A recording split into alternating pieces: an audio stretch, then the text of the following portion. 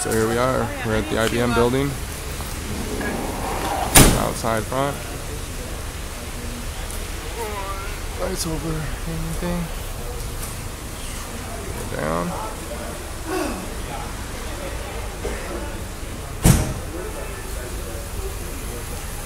Here we are.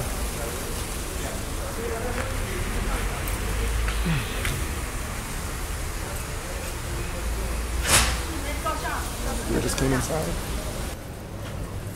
Heading up the hallways. Sure you're not Japanese scam? I know. No, I'd have a camera if I was Japanese. Instead, I'm videotaping. I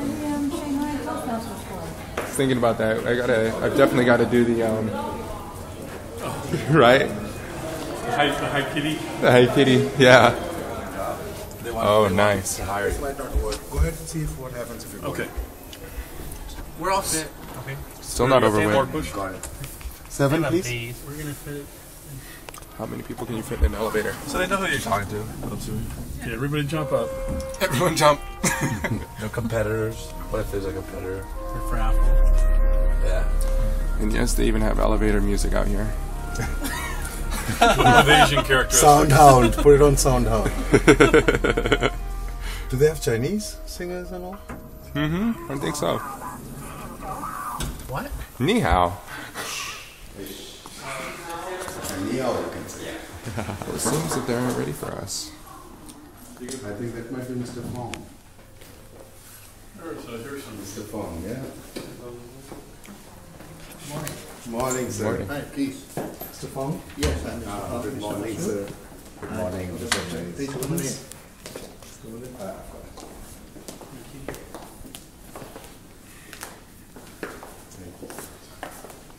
Please.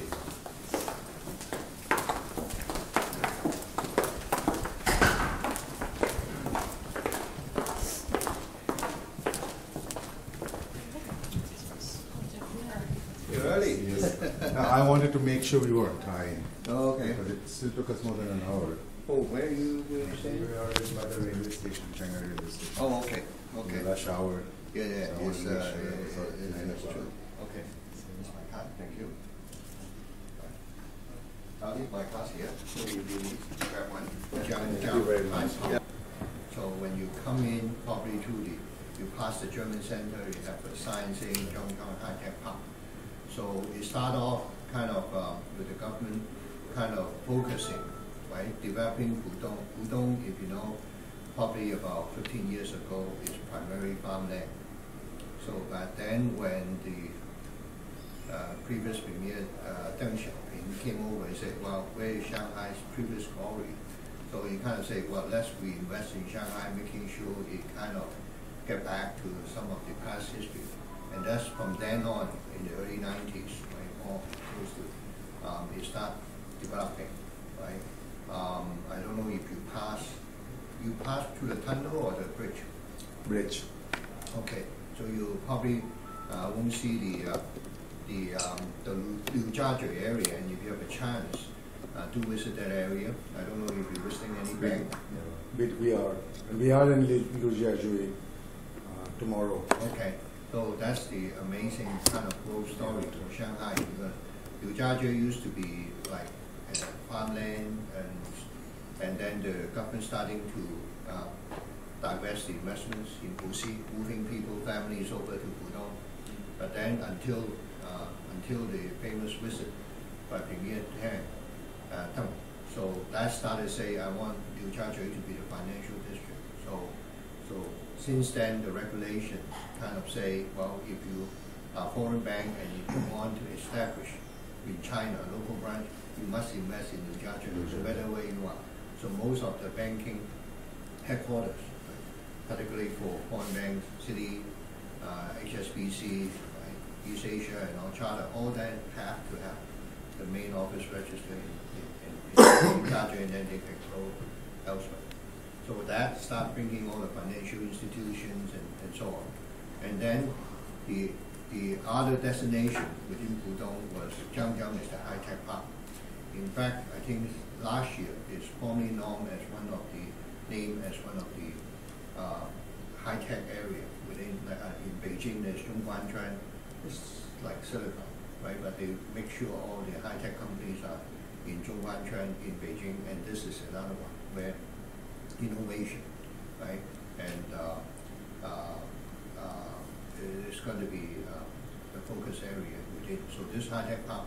Further down you have Jinqiao, right?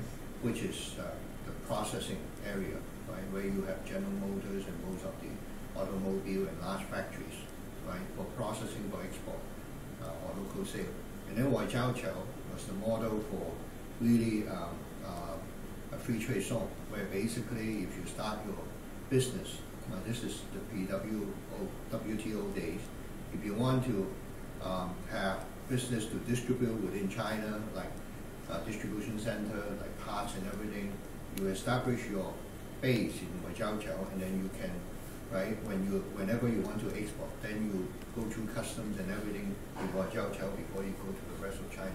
So it's primarily a free trade zone where there's no tax, nothing, until you export out of the zone. Right? So that's where there's still a lot of companies that want to have a distribution center within Asia, have their locations there, or do their assembly there. For example, Kingston, IBM used to software and so on, and a number of electronics and others, and a lot of trading companies, right, within the free trade zone.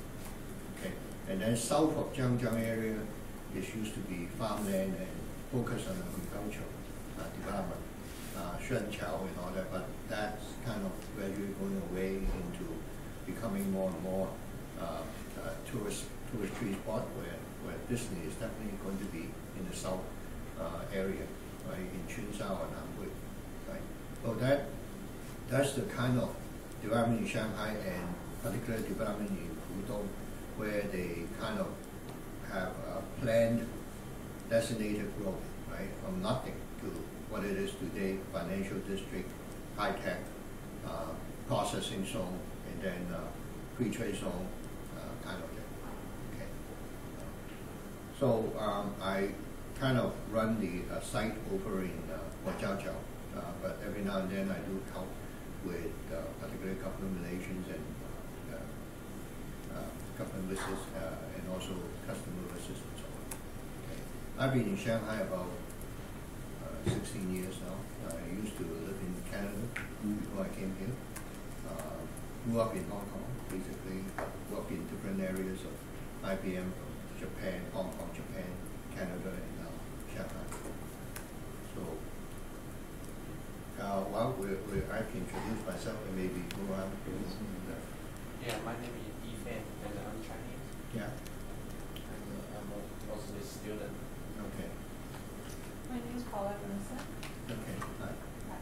You work for Amgen? Yes, I work for Amgen, Oh, which one? Amgen, which is a biotechnological. Amgen? Amgen. Amgen Biotechnology. Okay. Pharmaceuticals. Okay. I'm Nicholas Fosio. I work for a clinical research site in a hospital, Okay. and do both internet, mostly Latin America, Okay. clinical research. I'm Stephanie Folster, and I work for a company that does both aerospace and environmental software. So you fit very well in Jiangjiang because as part of the aerospace development in south, further south to that, there's a huge aerospace near the Pudong area, airport area. So there's an area where they have a huge growth area for aerospace. Because that's probably the next 5 years, aerospace is one of the major kind of focus area or priority for the government. So apart from Tianjin, where they're assembling the Airbus, they're going to try doing the CJ919, the Chinese model, and probably come out in about 3, 4, 5 years time. I'm Professor Somnath Basu, Yeah. Professor of Finance. Okay. I've been a professor for the last 27 years. And these are my students. I bring them every year to Shanghai Yeah. because I cannot teach in a class what really is happening in China. It's so theoretical that students can't really appreciate it.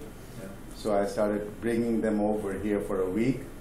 And what I can do in a week, I cannot do in a term. Yeah. Once I put them on the ground out here, they can see for themselves what I'm talking about. Yeah. I'm Stanley Fletcher. I'm an aerospace engineer for a company. Okay. Jesus Aguilar. I'm also an aerospace. Oh, okay. Cindy Havenhill, I'm a certified financial planner and investment advisor, my own Okay. business. Larry King, and I am in the certificate program in financial planning in Cal Loop. Spent 35 years in industrial distribution with a nationwide company in the United States. Okay. Okay. Well, very, very diversified. Very. Very interesting. And I think Professor Basu is correct. I think you can see here a couple of days and what you are amazed at what you can see. Now, Shanghai is, if you imagine that the growth in China, right, you can see Shanghai and say, wow, this is the isolated. But then think about there are probably 800 cities, right, each one over a couple million people. So that's kind of the growth. And if you go out, way invest in Chongqing or over in the middle Huazhong and all that, you can still see a lot of growth, buildings and all that. It's kind of not exactly like Shanghai, but still tremendous growth in each of the provinces and the cities. Okay, I understand. So, which other companies are you visiting? Yesterday we had Disney.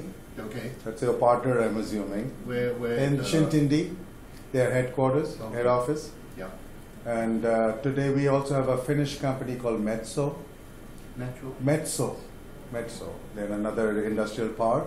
Yeah. Then we have a few local manufacturing Chinese companies, because that's what we want to see, the large scale manufacturing. So tomorrow we are going out.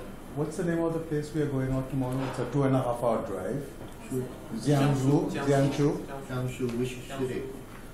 知道常州。 Changzhou. Oh, okay. And then we have some real estate and financial firms on Thursday. Friday we have Citigroup Okay. software, Yeah. and we have two software on Friday.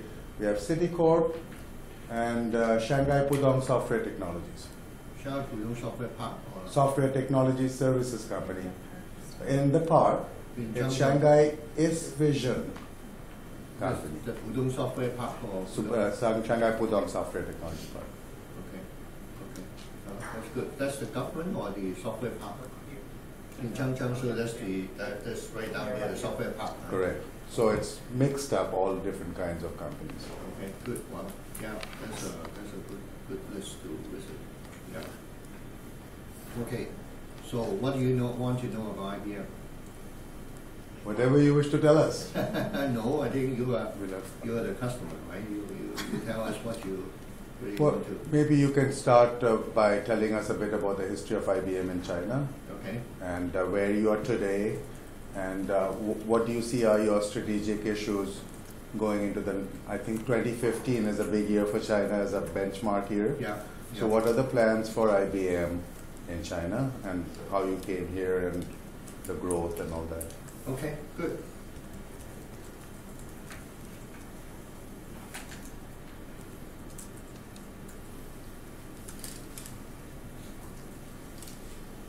Okay, are the lights okay? Mhm. All right. So since I've been in 16 years and in different roles, so probably I can tell you a little bit about the history in China. But what I try to map is looking at the overall company in terms of the values, our strategy, and then how that relates to how we are executing or implementing in China. Okay, so today I think one of the kind of IBM has changed or transformed over the years from more of a technology company into more of a value-based company, right? Basically, it's people, it's services, right? And not so much, I mean, the hardware side or the technology side is important, but most important is what value are we bringing to the customers, right? To the enterprises. So I think that's, and then the kind of what we believe in our vision is that we want to make the world better. So it's not just giving them the technology or the hardware or the storage, but how do you put those things